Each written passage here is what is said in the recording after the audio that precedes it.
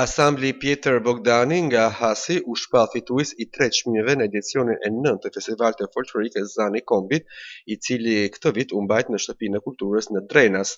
Grupi më i kompletuar, Asambli Pjetër Bogdani, instrumentisti më i mirë Përparim Brati, interpretuesja më e mirë Farije Tutaj. Festivali, i cili që prej vitit 2015 është zhvilluar në oborrin e shkollës Xheladin Gashi në Komoran, këtë vit u zhvendos në Drenas. Ai ka për qëllim ruajtjen e traditave kombëtare, kultivimin dhe lartësimin e folklorit shqiptar. Çdo vit në këtë festival marrin pjesë rreth 400 artistë, rapsod, valltar, instrumentistë, ansamble dhe shoqëri kulturore nga e gjithë hapësira shqiptare. Ngjyrat e kostumeve dhe pasuria e motiveve popullore e kthejnë këtë ngjarje në një log të këngës dhe vallës folklorike mbarkombëtare.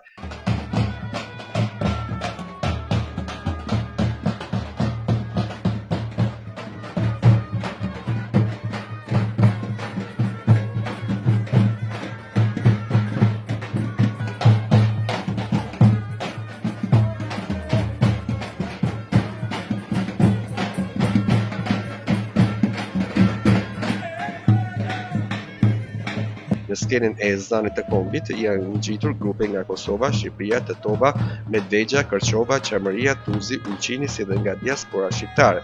Festivali ka karakter garues dhe çdo vit ndahen çmime sipas rregullorës së tij. Këtë edicion çmimi kryesor u titullua Dëshmorët e Kombit. Përveç programit artistik, festivali shoqërohet edhe me aktivitete tjera kulturore, sportive, promovime librash, tryezë shkencore, ekspozita dhe gara në fusha të ndryshme.